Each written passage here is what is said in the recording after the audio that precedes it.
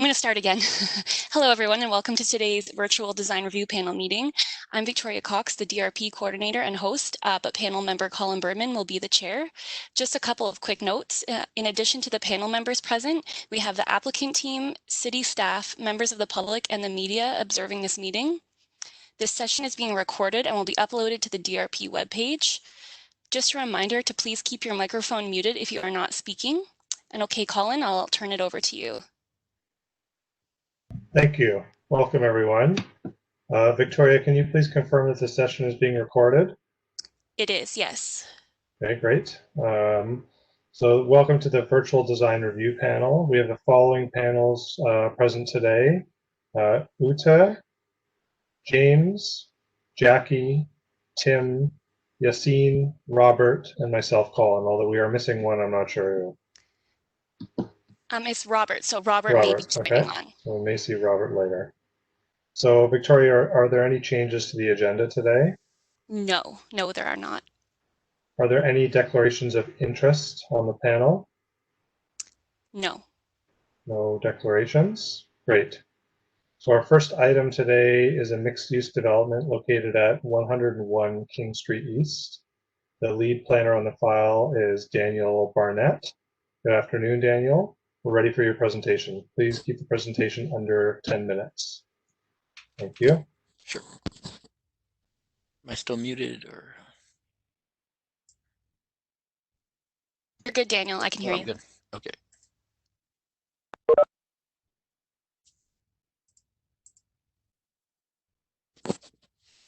Okay. So good afternoon. My name is Daniel Barnett. I'm the planner who's associated with this particular application for 101 King Street East. So as I mentioned, the proposed elements for 101 King Street East in Hamilton. The proposal is for a mixed-use commercial and residential building with first floor retail and 9 residential units on the upper floors, floors 2 to 7. The proposal is in addition to it, keeping the front of the existing building and building a 7-story addition to the rear of that existing 3-story portion of the building. So this is the subject property at 101 King Street East. It's a very narrow lot and it's being proposed to be located right across the street from the Royal Connaught and is north, which is over here. And it's located to the northeast of Gore Park, which is located over here. So this is a view of the subject property as seen from King Street East, looking north. This is a view of the rear of the property seen from King William Street, looking south across an existing parking lot that's located to the rear of the subject lands. This is the the existing buildings to the east of the subject property seen from King Street looking north. This is a view of the existing buildings located to the west of the subject property, again looking north from King Street East. This is the existing building, the Royal Connaught, located to the south of the subject property. So this is a site plans of the subject lands. As it shows, it's a very narrow lot. It's about 4.23 meters at the front along King Street. This is the floor plans that were provided, showing the basement, the ground floor, the second floor, and the third floor. Access to the retail, for example, at the front, and access to the residential, which is on 2nd through 7th, accessed from the front as well, up these stairs to the 2nd floor. Any barrier-free access would have to be carried out from the rear through the alleyway, through the loading area to the elevator, which is located there. This is the 4th, 5th, and 6th and 7th floor. Just to note that the unit on floor 6, this is basically the 1st and 2nd floor of that unit, so it's one unit on the 6th and 7th floor. This is an image of the elevation, of the front and rear of the building. proposed building. This is a view of the east elevation, and as well as the kind of outline of the building immediately to the east of the subject lands and what is kind of visible above that building. Similarly, this is for the west elevation, and again shows what the adjacent building is covering and what is exposed that is not being covered by the adjacent building.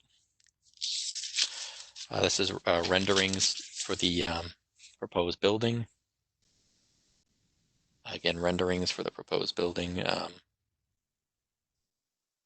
The subject property is identified in the downtown, so the Urban Hamilton Official Plan, Schedule E as Downtown Urban Growth Center,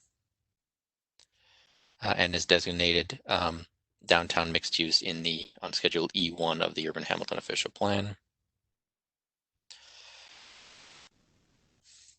The Downtown Urban Growth Center permits it's a preeminent node of the City of Hamilton due to its scale, density, and range of uses. Has a density of approximately 250 persons and jobs per net hectare, a minimum overall density, of 250 persons and jobs per net hectare. It's designed with a strong pedestrian focus and encourages the reduction of parking requirements are encouraged due to the supporting transit. Residential and commercial uses are permitted in lands designated downtown mixed use. Permitted density and height are set out in the secondary plan, and within the area designated downtown mixed use, a higher density form of housing shall be encouraged. And again, parking a reduction shall be considered. In terms of urban design policies, urban design should foster a sense of community pride and identity, respecting existing character, development patterns, built form, and landscaping, recognizing and protecting the cultural history of the city and its community. Quality spaces, physical and visual, connect the public and private realms. Organizing space in a logical manner through design, placement, and construction of new buildings, streets, structures, and landscaping, using materials that are consistent and compatible with the surrounding context in the design of new buildings. Creation of a continuous animated street edge in urban environments.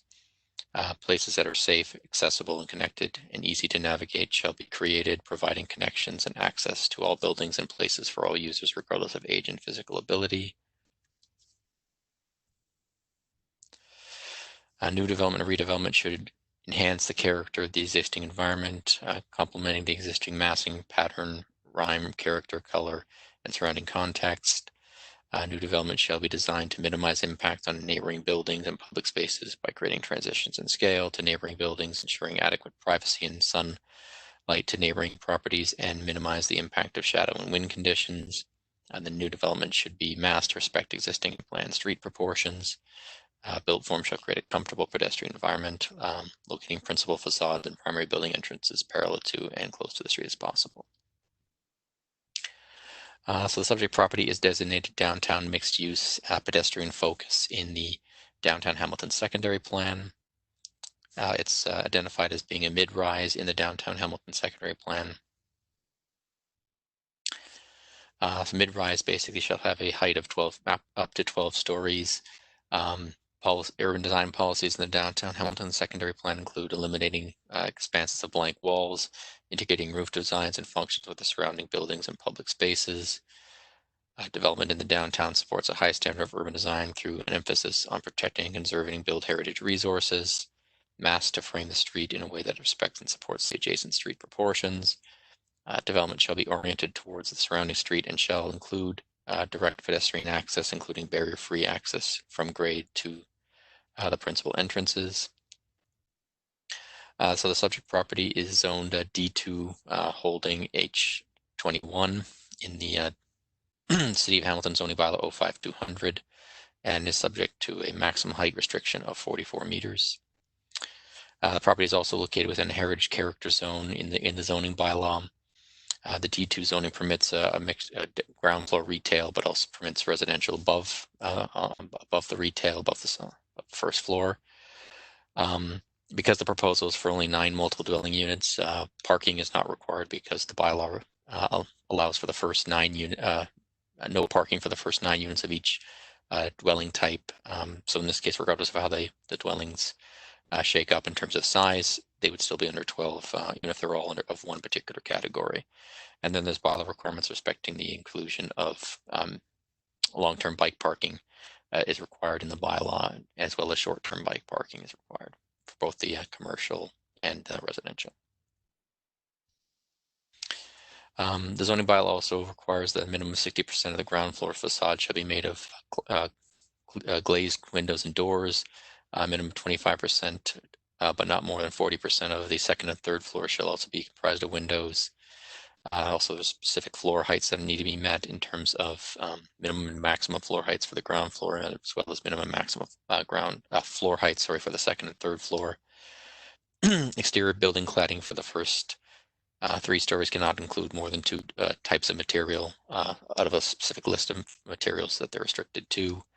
Then there are minimum step back requirements for any portion of the building that's exceeding 22 meters in height from the building base facade at the front, and then minimum step backs required from the sides and rear for any parts in the building above 22 meters as outlined in the bylaw. Specific areas of discussion. Does the proposal provide connections and access to all buildings and places for all users regardless of age and physical ability? Does the proposal represent compatible integration with the surrounding area in terms of scale, form, and character? And does the proposal provide quality design consistent with the local and surrounding environment? That concludes my presentation. Thank you very much. We're now ready for the applicant to present their proposal. Please keep the presentation under 10 minutes. I believe you should be able to share your own screen. As well, could you please introduce yourself, who will be giving the presentation, and any other members of your team who are with you and observing today. Thank you.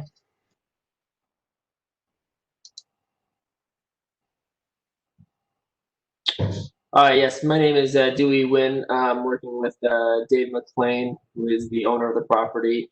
And basically, I'm the designer on the file and working with him through this application process.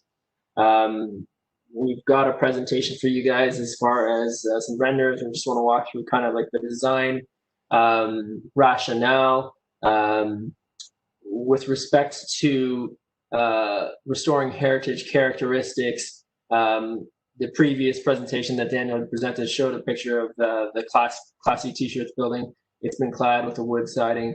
We're proposing to remove that and refurbish, sandblast the existing brick to restore it to its original exposure.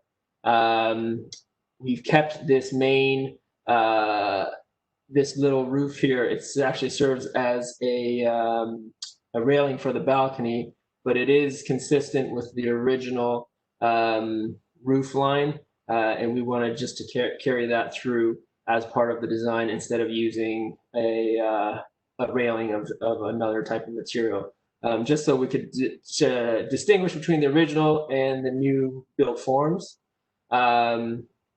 With respect to built form, we've carried along the brick. We consulted with Maria Robson, who's a heritage planner, and we will be using a similar brick, not an exact matching brick, just to, again, distinguish between the original heritage aspects versus the addition here. And we are also, from a massing perspective, set that back to accentuate the original facade. And for the main portions of the building, we've tried to keep the height in line with the neighboring properties. So the Mills Hardware over here, as you can see, and then obviously to the east, it is a little bit lower, but it does transition throughout the streetscape. And we tried to keep the main one in line with this visual line here between the west buildings. We purposely set back the higher portions of the building so that there would be less visual impact from the street.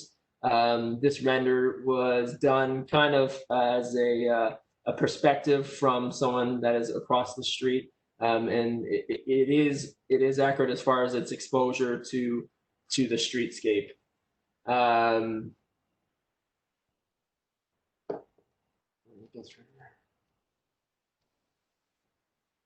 this is just, you can see it from some different perspectives, a little bit higher, just because the first one doesn't really show the upper elements.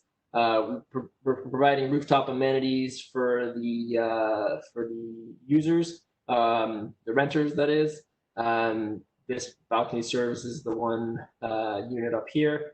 We're proposing using ACM panels in a multicolored tint, just to break up the large mass of wall that is one of the objectives of the secondary plan. We've done it both on both the east and the west elevation. Hard to see here. I'll pull up. You can see here. This is a little bit better view of it. And we have done that on both sides for that very purpose. Here's a better view.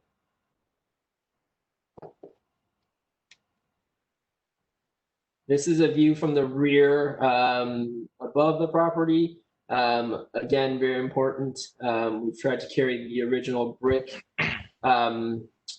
not the original brick, sorry, but a brick to kind of complement the original brick that's on the building, and then transition to the more modern elements higher back and along the large mass wall. Just large windows servicing the buildings, and then the rear access to the units. Of note that the building is barrier free. There is elevator service throughout the entire building. And as Daniel mentioned, the barrier free access for the residents will be primarily through the back. And although it's not an ideal situation, it's the only, given the narrow width of the property, it was the only solution that we could come up with without really taking away from the front facade, and maintaining that storefront that we're looking for our main arterial roads. And we are not providing any parking on site, but there is bicycle parking in this garage as well. And then I believe that's really it. Just to make comment, I was listening to Daniel's presentation. I believe we've met all the specific design guidelines set out in the secondary plan. And obviously we're open to suggestions and working with planning staff as required. Dave, do you have anything to add? Okay. Dave, are you still there?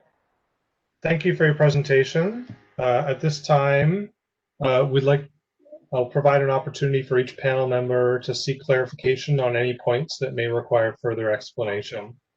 Please hold comments for the panel discussion portion. Questions only, please. So we'll start with Ute.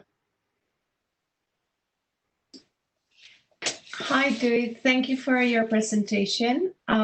I have just one quick question. Can you just walk me through your level 0 floor plan and how you are, I see kind of more public or communal washrooms that may be tied to the retail, but I just wanted to better understand how that ties to the commercial uses on the first floor, and just to make sure that or confirm whether this is also envisioned as residential, and if so, how you're bringing light into that first or 0 level. Are you talking about the basement level or the main first floor? The basement level. Yeah, so basically, as you note right here, we have a universal washroom. We actually have 2 of them. That is a code requirement for barrier-free access, and it dependent on obviously the number of stories of the building. The code requires it for every 3 floors. Now, it doesn't specifically say you need to put them on every third floor. It just basically says, given the size of the building and the number of stories, we need to provide the number of universal washrooms. Again, the idea is that for the first floor, this universal toilet room services the commercial space, and basically the basement also services the commercial space as well. Now we can adjust this to change the openings such that the access to the residents, they can have access to this universal washroom. But our original design does not do that. We should, given your comments here, I think we'll make that adjustment so that it's accessible to the residents. But that being said, each individual unit itself, we're providing generous bathroom spaces, and we may not be ODA compliant as far as the actual sizes, but we will provide things like grab bars as required in showers, and different things like that. With respect to light, like there really is no option as far as bringing in natural light to the basement. There is no window at the back that we can provide, nor can we provide it on the front on King Street. So it is a bit of a unique and tricky site. Yeah, yeah, but both levels, I guess, level 0 and level 1 will be commercial, right? Yes, they're intended to be one unit. Okay, perfect. Thank you. Next, we have Tim. Thanks, Colin. Just a quick question for Daniel. Daniel, is there any active proposal for the site to the east? I was just noticing something on the hoarding there. Sorry, let me just see if I can pull up my.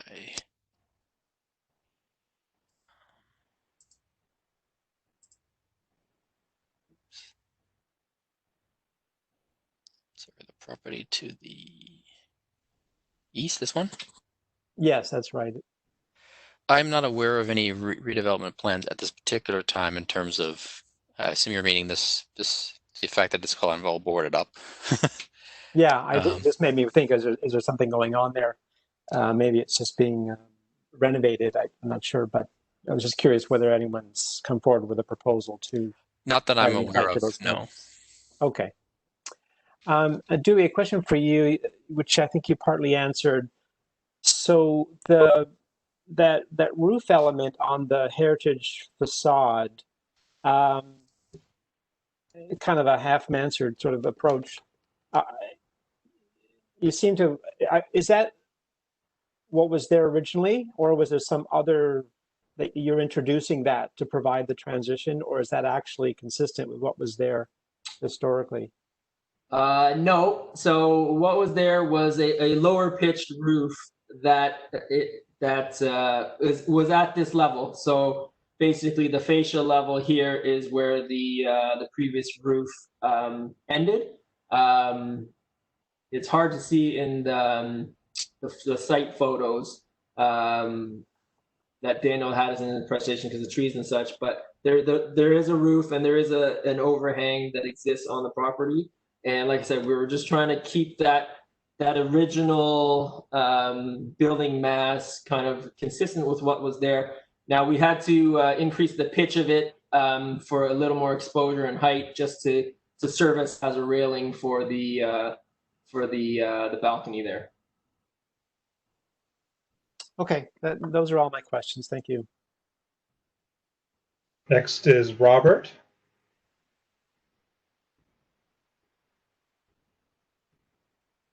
Thanks for the presentation. So, can you hear me? Yep. Yeah. Sorry if I missed it, but is the proposal to renovate the building that's there, or is this a demolition just keeping the facade of the original building? Nope. The original portion of the building is to remain. The original, the true original. The building as is right now. There's a 3-story I guess 3.5-story building, if you include the roof space, that is in the front half of the property, and in the back half there's an addition.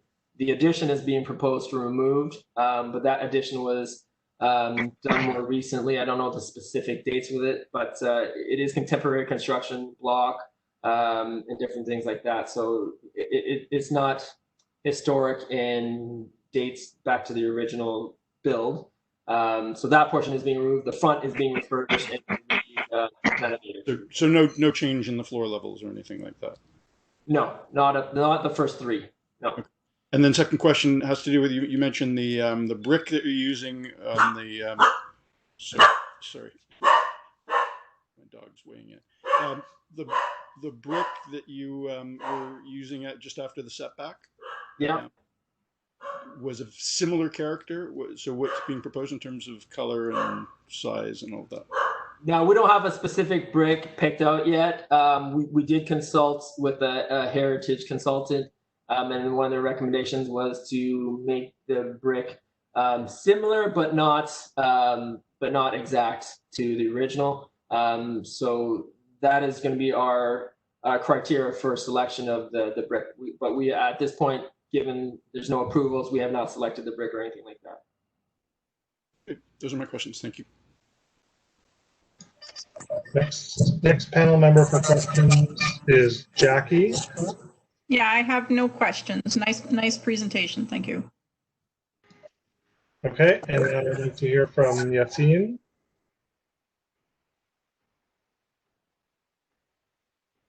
Can you hear me now? Yes. Yeah, okay, sorry. Can you just, I assume level 0 is basement and level 1 is the ground entry, correct? That's correct. Okay, could you just walk me through from the back where, how I actually, is it that big box in the middle that's the accessible elevator? Yes, that's correct. Can you see my screen? I can see your picture, like you talking. I don't see the. Okay. Let me see how to share the screen here. Anyway, what, and with the stair wrapping around, so that does look like quite a large elevator. Is there like a need for stretcher access and all of that, or? Yeah, that's one of the reasons that elevator is larger is just for emergency access, and again, just for barrier-free requirements. So, okay. So when you enter from the back, before you go through the door to get to where the second elevator is, what's the box at the? That box. That is the city had asked that we provide storage for garbage receptacles for the different tenants, and then that's the closet that is intended to provide that. And to the left of that is the bicycle storage. Okay. And sorry, to the left of that is the bicycle storage. Okay, so you're actually bringing the bikes in. So what is the rest of that space used for? Is it just lobby space? We're just going to provide it as a loading space for the commercial unit. Okay, so the residential entry point is the loading area for the commercial space. No, the primary entrance to the building is at the front for the residents. Basically, if you look at the very front of the building, there's a little covered vestibule. Essentially not closed, it's just a covered area. And then they enter going straight up the stairs to the second level, which they can access. Could you just use your pointer? Could you just use your pointer to show that? I don't know if I'm driving.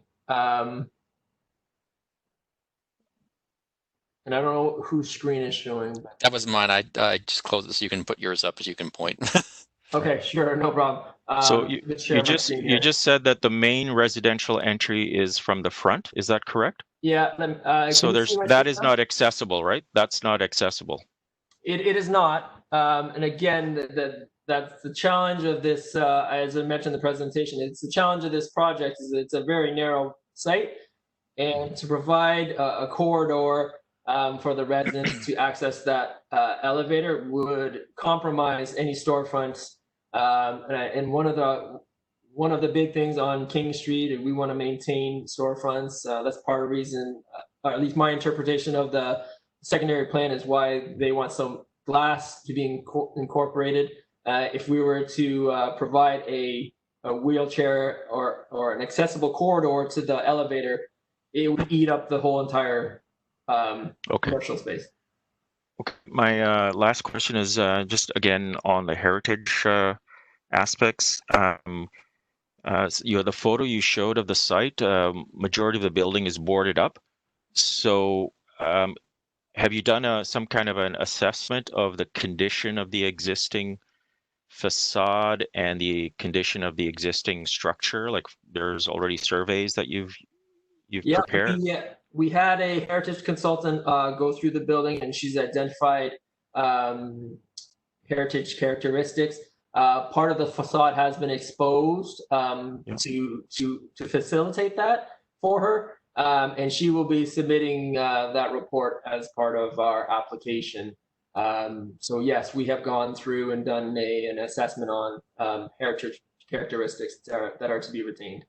Okay, and I know this is part of a heritage area, downtown area, but is that particular building of heritage value? Like, are you required, within reason, are you required to retain the existing structure and the existing facade? Because you are going to make significant interventions, even in supporting that. Yeah.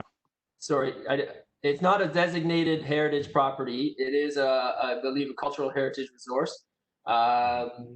So that is the driving factor for us to try to retain that original 3-story portion. And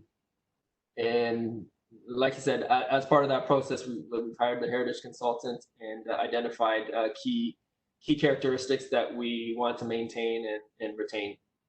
Right, and I assume the interior, the structure is seeing that you're in such a tight space, the interior structure is probably timber. It is timber frame, yes. Floor structure.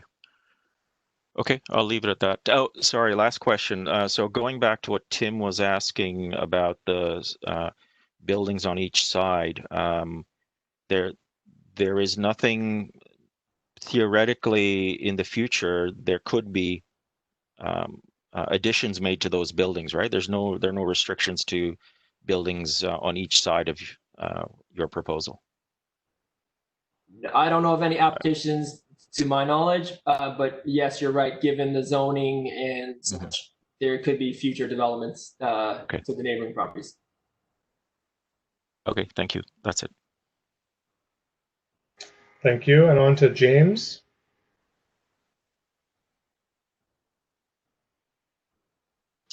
Thank you, Colin, and thank you very much for the presentation. Question regarding when you were describing the existing conditions on the elevation, there was a discussion of an existing, not sure if it was a parapet or what, but you were proposing to leave it in place. Can you just describe what that is in terms of material and prior form and function? It's this portion here. Now, again, this is terminating at the 3rd floor. The original, the top of wall of the 3rd floor. The original building had a small, I believe it was a 512 pitch roof on the building that capped the original portion. Now the original portion went back to this corner here. So it was a 512 pitch roof here, and then it capped right here. Like I said, to kind of keep the original portion prominent, we wanted to mimic that effect, but to create a balcony and a usable railing, we needed to raise that, and so we did raise the pitch of that. We didn't want to incorporate a glass railing, which in our opinion would have seemed more of like a compromise to the building because you're lopping off the roof. We did try to keep that front element as close to original as possible. And then what's the step back then to the plane where the windows are to the unit? Here, there's a little balcony that services this this unit here. So it's no more than 2 meters, because I think you're allowed to step back, provided your setbacks don't go beyond 2 meters. Yes, that's what we originally had it adjusted, but through preliminary comments, we have revised that to match zoning requirements. Okay, and then the floor above, you're proposing an open balcony with, is that a combination of metal and glass for the railings? Yes, it's yes, steel and glass, stainless steel and glass. So, I mean, when you considered that and considered all the heritage issues in and around the project for the adjoining buildings and facades, I mean, do you see that that's something that's complementing the other heritage properties? I believe it does. Like I said, though, the idea wasn't to make it exactly mimic like the time frame. Like, we didn't want to put up a wood railing or anything like that. Again, through our process with the heritage consultant, as much as we want to complement the original heritage characteristics, we do want some differentiation. And I think that bringing in the modern elements with the glass and the steel provides that differentiation, but still keeps in character of the street. Like, if you look at the canot across the street, there are definitely some more modern elements on their side elevations. And then same with a lot of other buildings that are going down on King Street by Gore Park there. They're incorporating glass and steel as part of their material choices. Okay, thank you. And then for the lower stories, so right now the majority of the facade is hidden, but you said you've done some work. You tried to peel away the improvements that have been added to the building over time. Do you have a sense for what original window openings are there that you would be replicating, or are those new window openings that are different from the original facade? No, those window openings are exactly what was there. Same with the brick soldiering. Our intent with that lower portion is strictly to refurbish, sandblast, regrout as required, and basically restore. Okay, and then the design then for those windows is going to be more of a heritage effect than the upper stories, which is more contemporary. Yes, if you look at the windows, like normally on some latest, if we are designing it new, everybody wants a big casement window. We've actually proposed a double hung window that is more characteristic of the time frame. We've provided a grille pattern, and just through various comments, we may increase the grille pattern to be more time specific, given the heritage report once we review it. But yes, all those factors have been considered. Okay, and then at the grade level, I'm not sure what image is best to show that. I did hear the discussion a moment ago with regards to code and barrier-free access, but so to the left-hand side is the dedicated residential entrance. Have you given some thought to what sort of treatment, whether it be glass or architectural heritage type doors, so that the view from the street isn't of a staircase? Right. One of the images, and I'm not sure, I don't know if it was just an overlay or just not detailed correctly, but one of the images just was a clear. It is actually, we are providing a solid door, and with a small glass panel. It's hard to see. We don't have an actually direct on view. Okay, but so there is an intent to provide some sort of architectural detailing to give it some interest and potentially block the views of the staircase. Yes, the idea, we're going to put a solid wood door with just a little light, just to provide light to the staircase, as well as a transom above. But yes, we are trying to block the staircase from being visible. Okay, thank you, Tim. That's all my comments. Yes, sir. Okay, as I have no questions, we will now close the Q&A session and we'll move on to panel advice. So based on the information provided by city staff and the applicant, each panel member will now provide feedback and recommendations. I'll ask each panel member in turn if you have any comments in the following order, starting with Ute. Thank you, Colin. Okay, thank you, Louis, again for the presentation. The city has asked us to respond on questions concerning access, use, scale, and form, and quality of design. So I wanted to start with the quality of design. I think your site is quite constrained, and it's almost a little jewel kind of box caught in the middle of larger sites, and you have that quite a good job at trying to fit and make sense and usable spaces out of just barely 4 meters.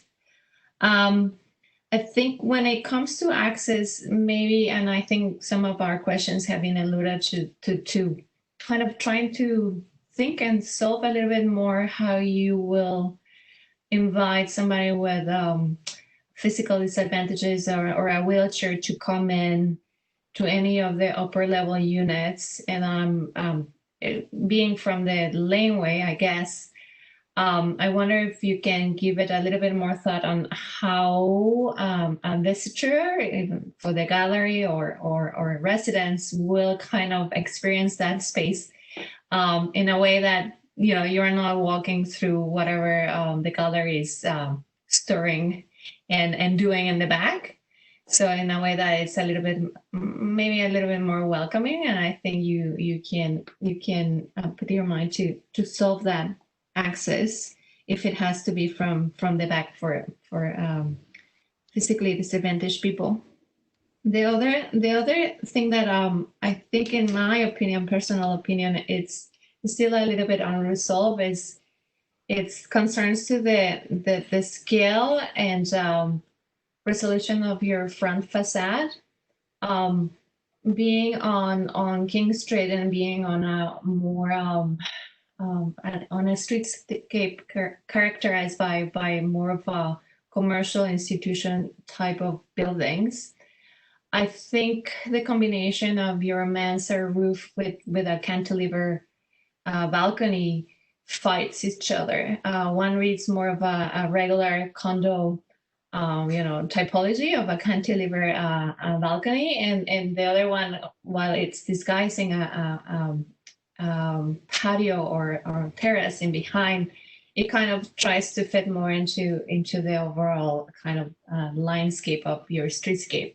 So I'm wondering if you could also put your mind into solving that dichotomy of trying to fit into a more commercial institutional typology of King Street while introducing residential, and for some reason, in my personal opinion, is that cantilever balcony that's not really kind of flowing with all the wonderful symmetry that you are introducing in your front facade.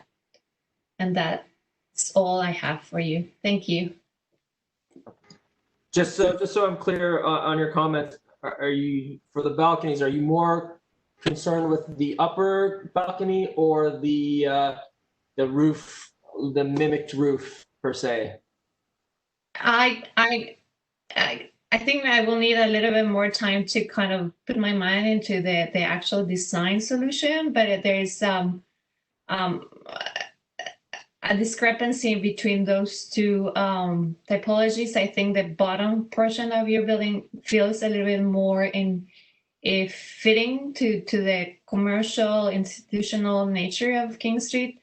It's just that the cantilever balcony that feels very residential, which is okay, but it's not, it doesn't speak to what you're doing with the facade below the mansard roof. So I think it's either the balcony becomes part of it's more of an enclosed space. It becomes part of the building itself instead of just being a projection.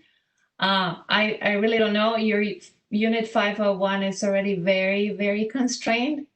So yeah, it's that cantilever thing that I think, in my opinion, needs to still be solved somehow. Okay. Thank you. Okay, thank you. I'd like to now hear from Tim. Thanks, Colin. Thanks, Joey, for the presentation again. I have a couple of similar comments to Uta's, and just I think quickly on the ground floor at the back there. I do think that space at the back does need to be detailed a bit more to just sort out, how it's actually going to be used and how much space for the bikes, how much space for their commercial storage, loading, whatever.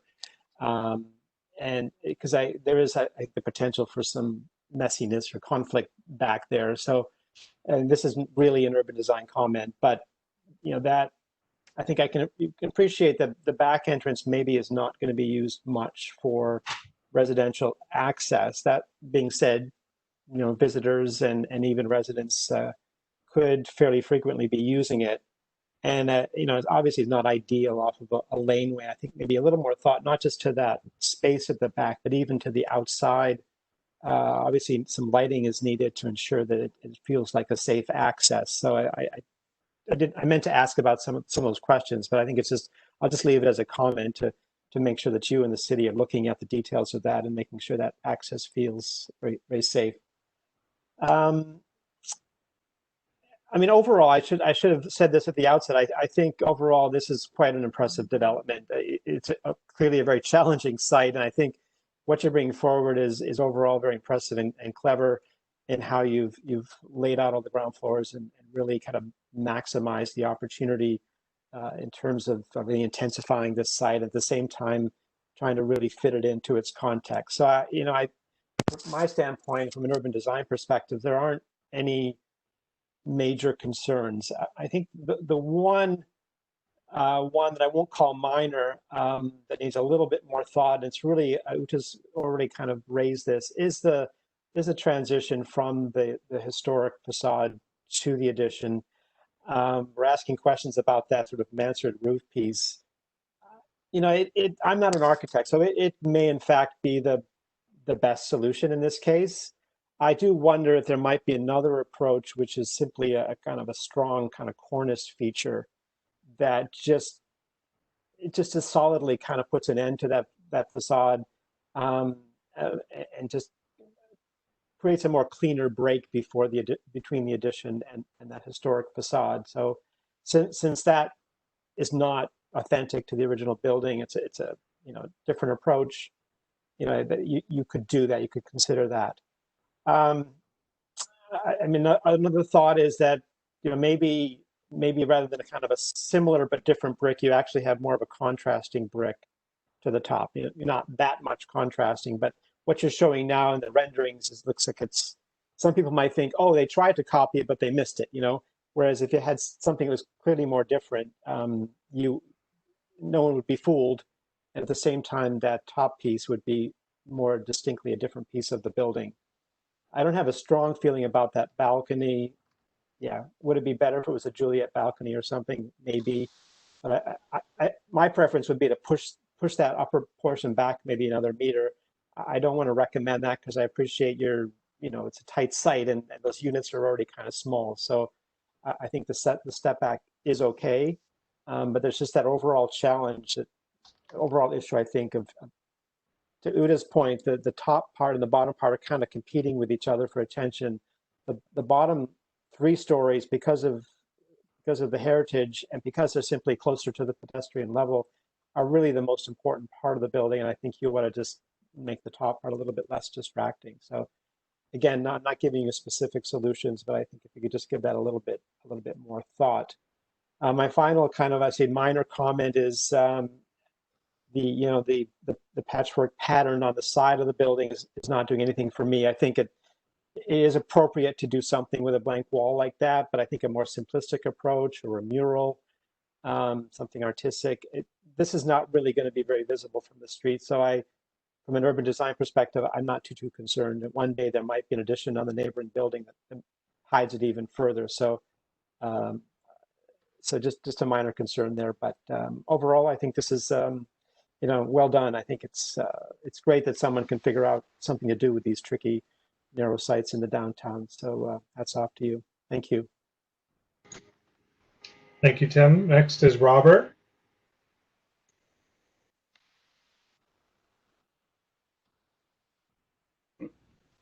Thanks, Colin. Yeah, I would echo a lot of the comments that have been made so far. I too feel that this is a great project. Clearly, a lot of thought, careful thought, has gone into it. So so well done. So just a few comments, and again, I'll try not to repeat. With respect to the heritage facade, I think through the question period this has been answered, but I would just reinforce that on streets like this, where in a heritage rich area, I think really getting the details right is extremely important. You're working with a heritage consultant. It sounds like there will be recommendations with respect to the authentic window replacement. So I'd urge you to pay careful attention to that, because it's those kind of details that make or break a kind of heritage restoration.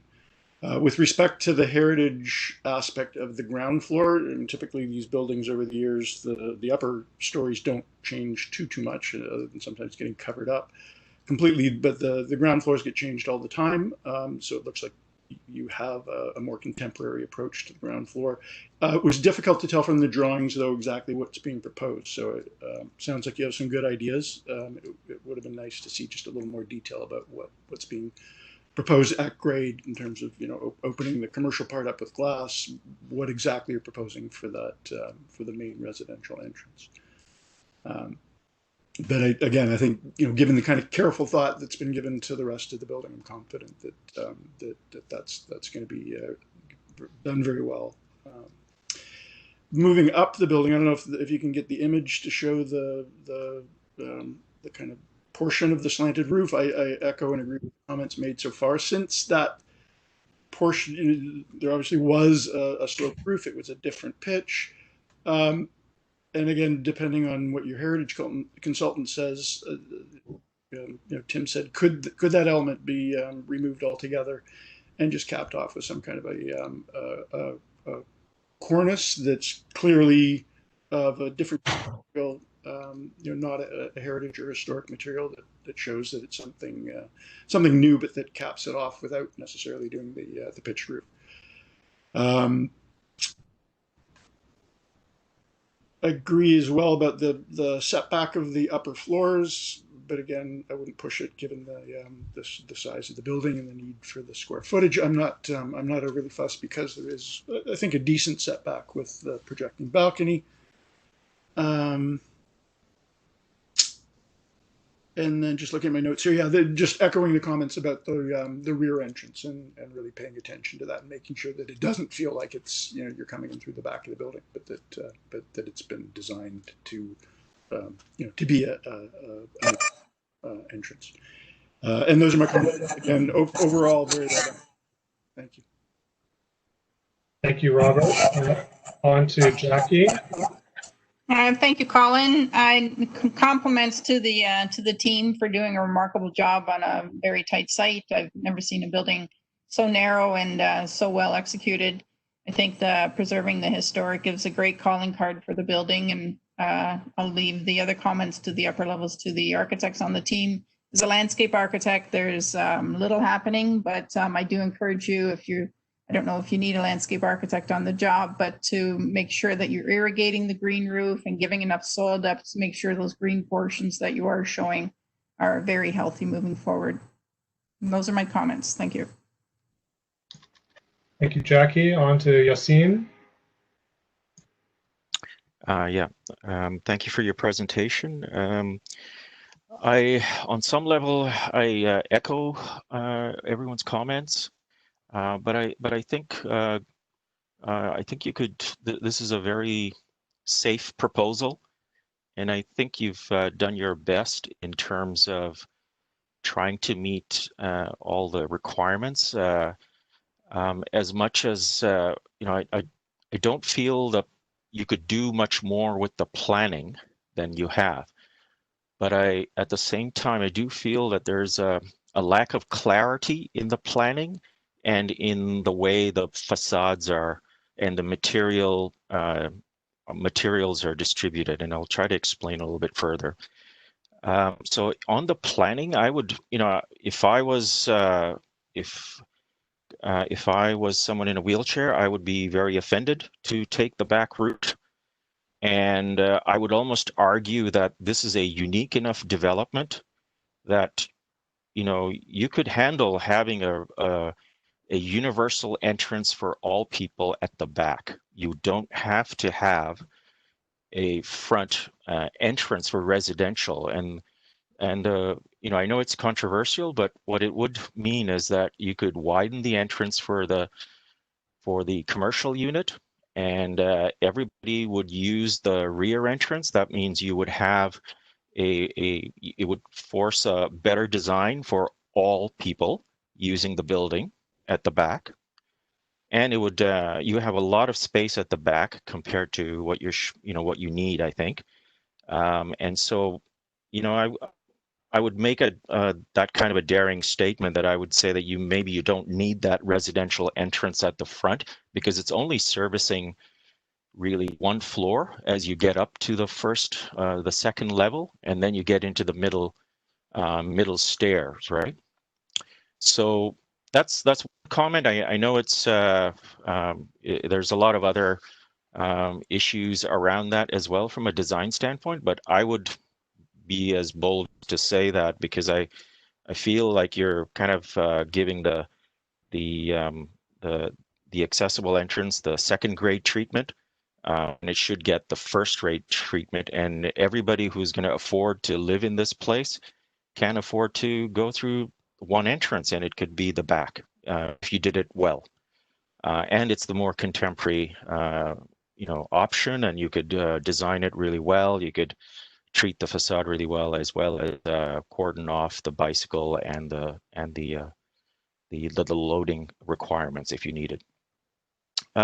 The other portion, I guess, you're riddled with circulation, the vertical circulation requirements through the building, and that is taking up a lot of space. And so this one comment about removing that stair off the front would actually help that, to put it at the back. And then I would try to see if there's a way to get into the middle of the building. You have your vertical, your elevator core and all your stairs. And if you did it from the back, then you have that clear access.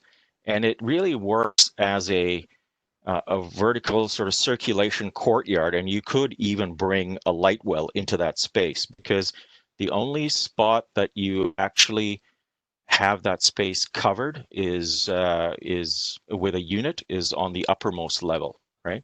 So I think there's a conceptual clarity that's needed in the scheme.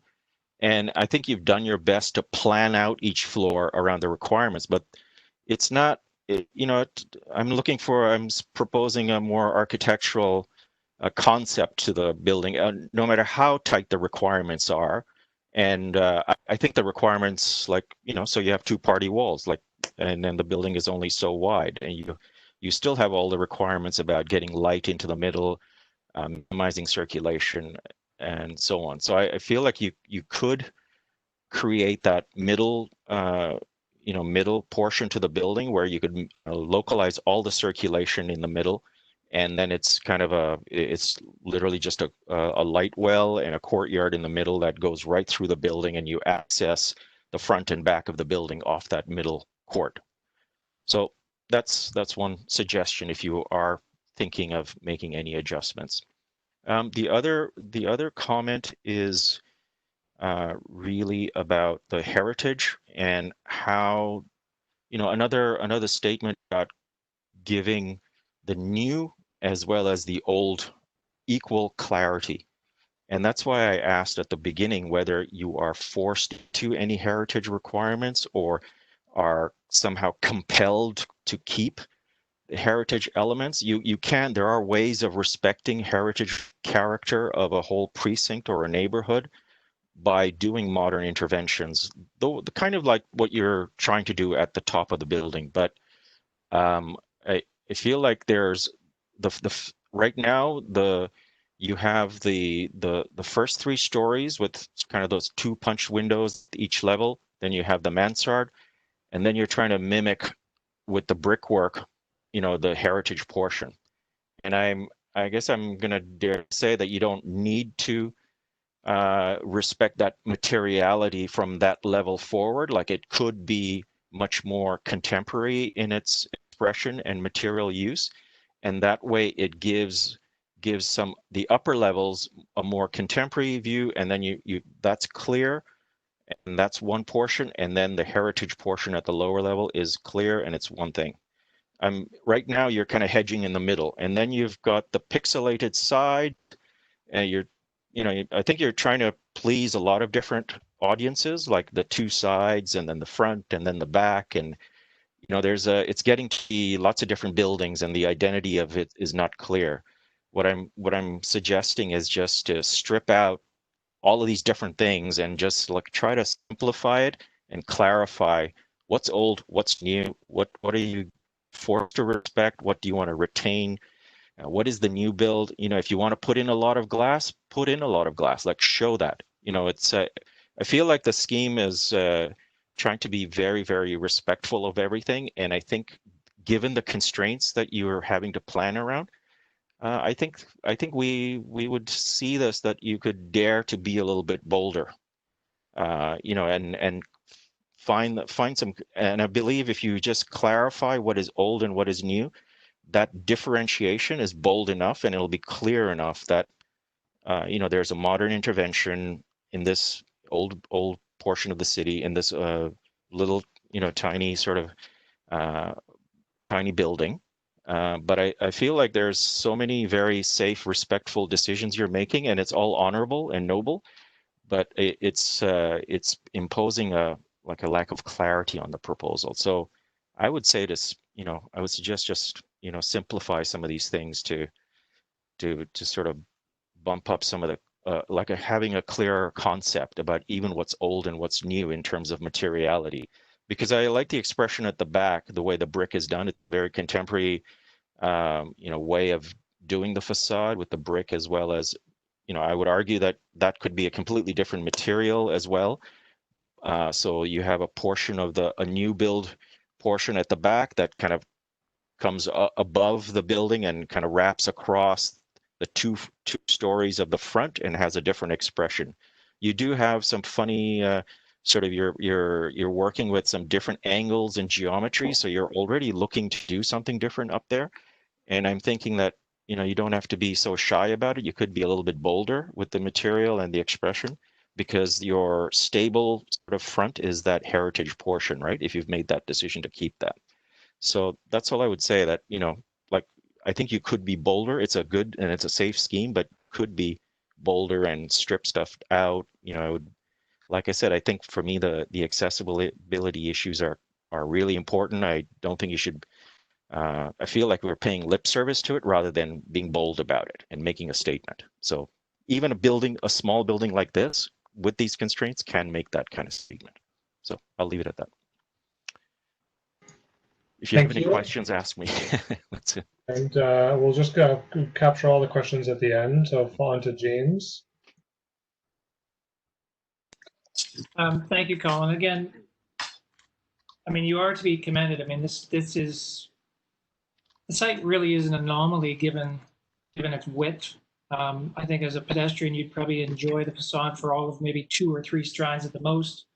And the building is really an anomaly in that the floor heights are so low. You said where you have 5 stories proposed, the buildings on either sides of you are actually at 3 stories. But I think you don't necessarily want to mimic that, because that in fact is what is one of the defining characteristics of this segment of the downtown, is that there's a lot of variety of the architecture in terms of the heritage, contemporary, building heights, building widths, and materiality.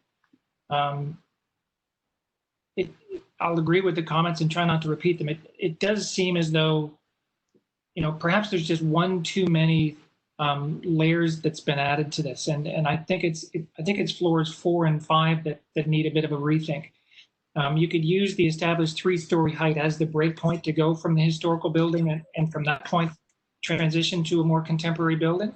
I'm not sure that those 2 competing treatments for those windows, the projecting balcony and the former roof profile, I think again, it's just too much too much varied attempts to add some character to the building, and they're competing against each other, and I don't think the outcome is great. I mean, you might even want to contemplate perhaps bringing that elevation right to the street facade for those 2 additional stories could align with the stories below, and then that becomes your break point, and above that you switch to the contemporary. Again, you know, take a close look at the street wall, because I think the street wall that exists today is going to provide you guidance, because you're going to need to make that decision about where is the appropriate transition point from historical to contemporary. And as I say, you know, this is a unique building. It appears that there's simply maybe one too many layers in my opinion, and I think you need to go back and either simplify it or look at an alternative strategy.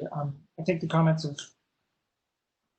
been put forward, so I think with that call, I'll stop at that point. Thank you. And thank you. I have no additional comments. So with that, I'd like to provide the proponent a chance to ask questions if you have any. Yep. Just some general comments with respect to the wheelchair accessibility. I understand the requirements and the need for it, and I would propose that as an alternative, we may use a wheelchair lift in the front portion of the building. That will have minimal impact on the current planned exiting. With respect to Yassine's comment about completely entering from the back, there are definitely building code restrictions, so that won't fly. We need to provide distance between exits for safety reasons, and given the narrow width of the building, they won't be met. So making that bold decision can't be done. But sorry, why is it acceptable for the accessible entrance then? So if you look at the exiting from the apartments, we're providing 2 exits, basically one at the rear, one at the front. And the building code requires you to have 2 exits, and that these exits be segregated by a particular distance. And given the width of the building, we can't. But the residences, again, the residences are exiting from the back, right? They're coming down the stairs and they would exit through the back, while the commercial. Oh, you're sorry. So the that stair on the front is an exit as well, is what you're saying? Yes, it's the second exit for the upper units. Okay. Like I said, code requirements will not allow us to do that. As far as differentiating between the old versus the new on the 4th and 5th floor, again, there was thought put into it as far as trying to not be too bold and be too different, because basically up to the 5th floor, it's in line with the streetscape of the neighboring buildings, as you can see just from this picture here. And I guess the intent from a design perspective was to try to minimize that. And I have no qualms with being bold and changing the materials. So if that's a primary comment for that, it seems like a common theme. We can definitely revisit that. Again, Yassine was correct in saying that we were trying to play it safe and not be too distinctive in that section. But I do appreciate everyone's comments about differentiating the old versus the new and not trying to give a little better distinction. Okay, thank you. I think that was a good summary actually right there for me. So with that, I'd like to thank everyone in attendance and adjourn this meeting. Thank you very much, everyone. Thank you. Thank you.